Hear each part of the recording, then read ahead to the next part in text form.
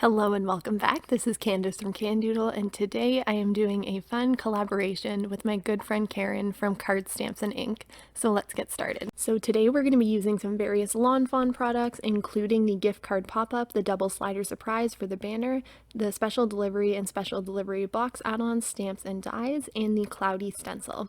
So I'm going to start off with my stamping, and I've just got my Misty out and I'm taking out the stamps that I know I want to use for this card.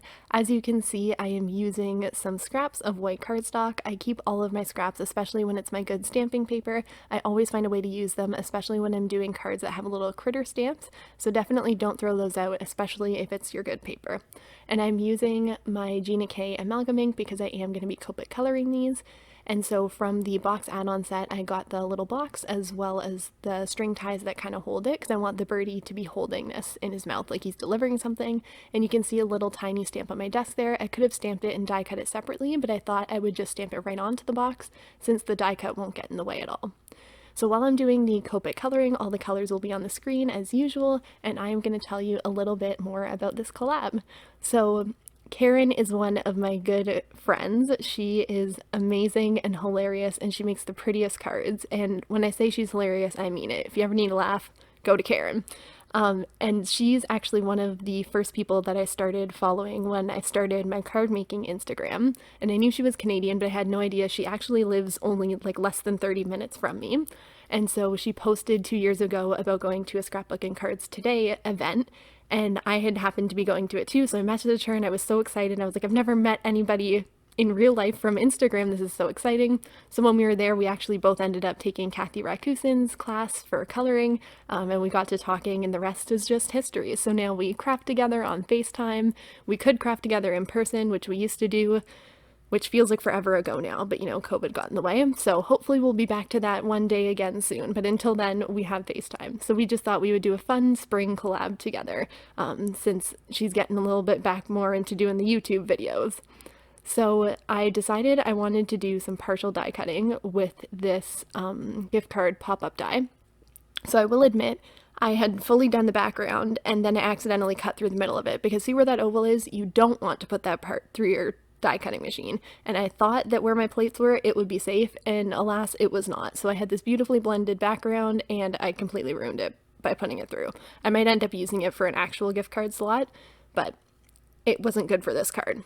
Anywho, so now you're going to see me blend the proper background, and so I'm actually using Tattered Rose, which is a color I don't use too much, but I wanted it to fade off to a nice light pink color. So I went in with Tattered Rose at the top, picked Raspberry at the bottom, and then I am going to come in with a little bit, like a very, very light hand of Abandoned Coral. And the Abandoned Coral is a lot more like red in tone, so I didn't want it to take over and look red. Like I wanted to keep this in the pinks sort of hue.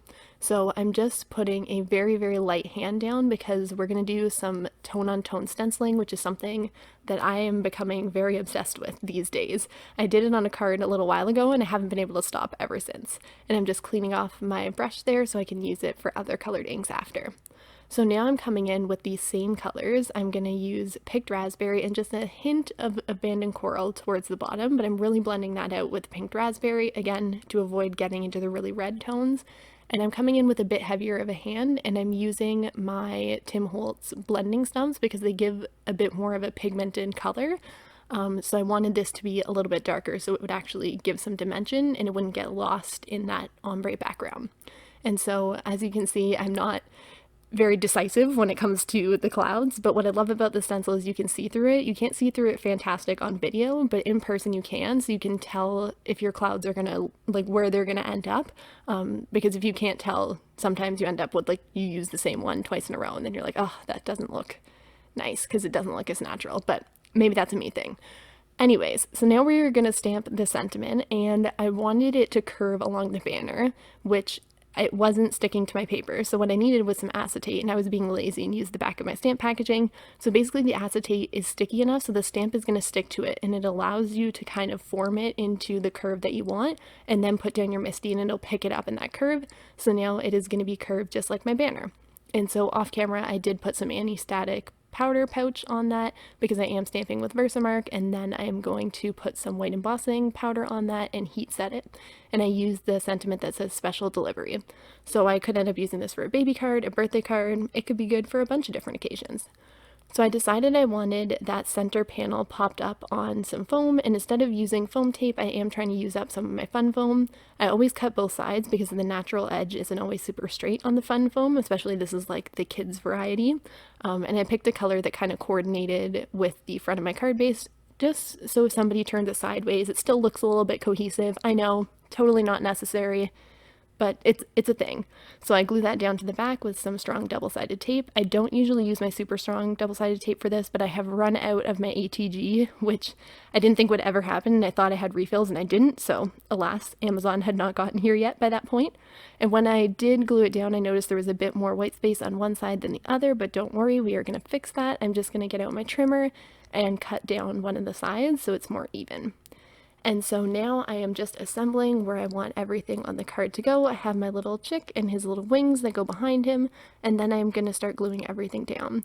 So this die is really awesome because it actually goes in front, and then you tuck the little strings towards the back as well, so it really holds on to that box, which I thought was really great.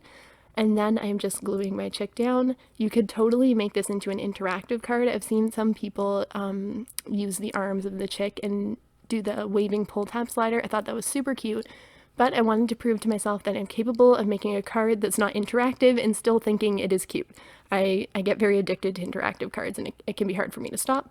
And so I am just gluing all of my things down. Off camera, I did add 2 layers of the banner behind that banner to give it a bit more lift without adding more foam tape. And then I also added some gems and sequins. I didn't show putting the glue because my head was in the way. But there we have it, the final card. I hope you enjoy this fun spring themed card, although it is very much winter where I am and where Karen is. I hope you will head to the link in the description to check out Karen's video and show her some love. I've also linked her Instagram below. She is super awesome and you should definitely check her out. I hope that you enjoyed today's card. As always, you can always find me over on Instagram at Candoodle Creations, and I will see you in my next video. Bye!